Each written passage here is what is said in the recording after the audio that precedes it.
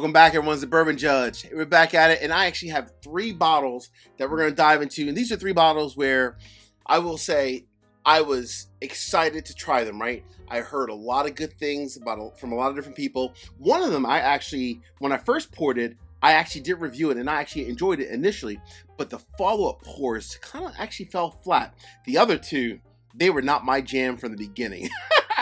But these were 3 bottles that I was honestly interested in trying them. I tried them, I have them, and I'm like, you know what?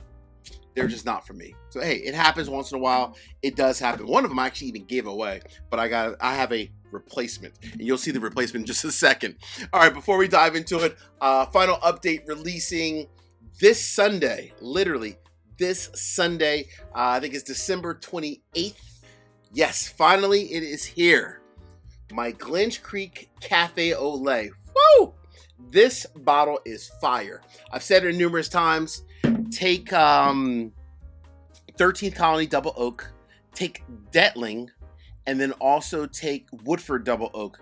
If those 3 different products had a child, it is this. It is dark chocolate, it is leather, it is coffee, it is just amazing. Amazing. I already broke into it. Just a small sip. Small one. But I can't wait for my Patron community to have access to this one, as well as to some of our other barrel picks that are coming up. All right. Now we're on to the 3 bottles. So 3 bottles that I, let's just say I slightly regret buying these 3 bottles, but hey, it is what it is, right? These are 3 bottles that just did not align with my palate. But I'm going to go into each one, just kind of give you a quick overview of the reason why. Fair? All right. Last thing I will say is that number 1, I don't dislike number 1 more than number 2 and number 3. These are just 3 bottles that I bought them, I tried them. They're not for me. One of them, I don't even have any version anymore, but I do have another version of it. Fair? All right. So Judge, what is number 1 and why? Number 1 comes from a respectable and large brand that we all love, including myself. Number 1. Old Fitzgerald Bottled & Bond 7-year. So yes, initially when I got this, I reviewed it. I actually did like it, right? I reviewed it. I thought it was pretty decent. I've had a couple little small pours since then, even today as well. And honestly, for Heaven Hill, this one's honestly a bit flat. It really is. Is it a decent pour at MSRP? Sure, it is decent at MSRP, but is it worth the hunt? Is it worth a lot of stores that just mark it up because it's a Heaven Hill product? It comes in not a traditional decanter bottle, but a revised decanter bottle. And is it worth that?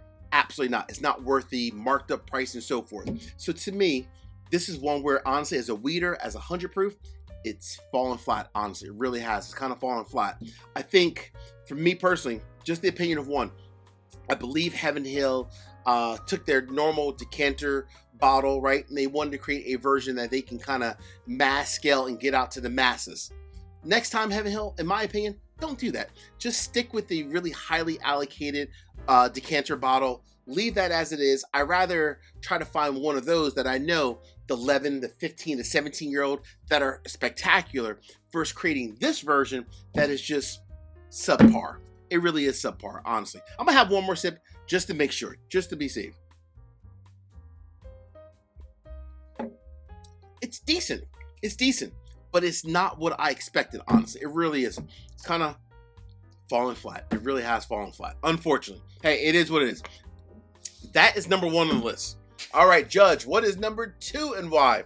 So number 2 comes from a brand that I would say my entire whiskey community, in my group, in the Bourbon Judge Patron community, everyone out there, I would say, loves this brand. Everyone. I think I am actually the exception. I tried this brand on numerous occasions. I've tried different single barrels from friends, different samples, and I try hard to like this brand. And I have nothing against the brand. Let me be crystal clear. I have nothing against this brand. There's no shade. It's just their whiskey does not align with my palate. It's very bitey and just very like earthy, bitey, and just, I don't know. It's not for me. I bought this bottle. I've tried numerous ones. It's not for the Judge. So number 2 comes from Dragon's Milk. Yes, Dragon's Milk origin, small batch. This is from New Holland Brewing Company. So this is actually a toasted barrel proof straight bourbon whiskey, finished in toasted and honey barrels. I was sucked in because I heard toasted and honey barrels, and I got it. And look, I mean, I've had it like down to here. I've tried it on numerous occasions. I've tried to like it like over and over and over. And I just had to tell myself, Judge, you don't like it. Stop trying it. But honestly, I do not like it. It's just something about their, I don't know, either the way that they distill their products, their grains, their mash bills, something. I don't know exactly what it is, but it is not for me. It's very bitey, very earthy. Even though this is a toasted and a honey finish, this is not my jam. I've tried to like Dragon's Milk on numerous occasions. I'm going to let it be known. Dragon's Milk is not for the Judge. It is what it is. Like they say in life, not everyone's going to love everything, right? Everyone has a different palate.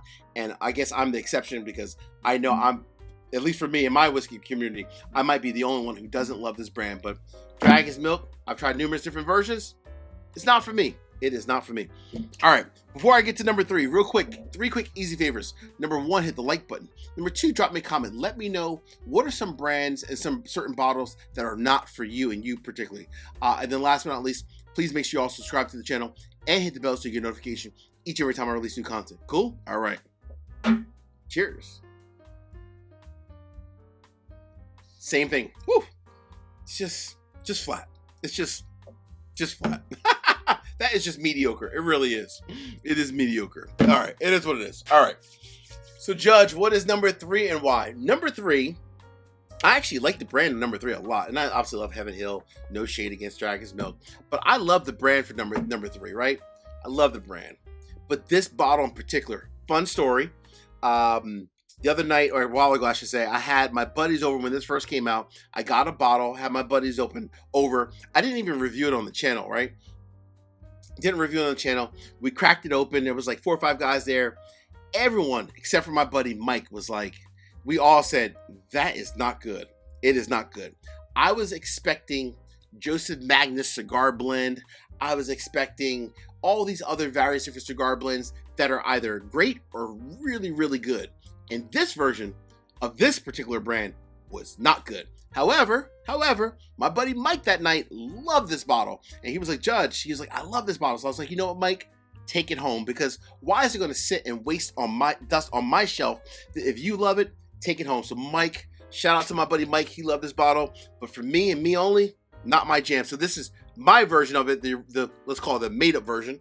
Number 3 is Penelope Cigar Blend. Gotta love the, I think I deserve an A for creativity, right?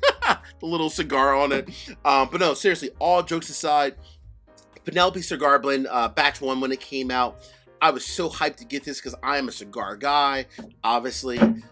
Big cigar guy, love cigar finishes and cigar blends. I got it and popped it open that night. First, second, I think I even had a third pour. Every single pour was just nothing. It was, to me, probably the worst bottle, I would say, that Penelope puts out, right? And I'm a big Penelope guy. I love Mike and Danny, their whole story. I'm cool with them, right? They sold out to MGP. That's great. I love Penelope. But the cigar blend, the first batch, woo, that was not good at all. And I mean at all. But again, my buddy Mike, that night, he loved it. So I gifted him the bottle. But that stays in my brain. That bottle was not for me.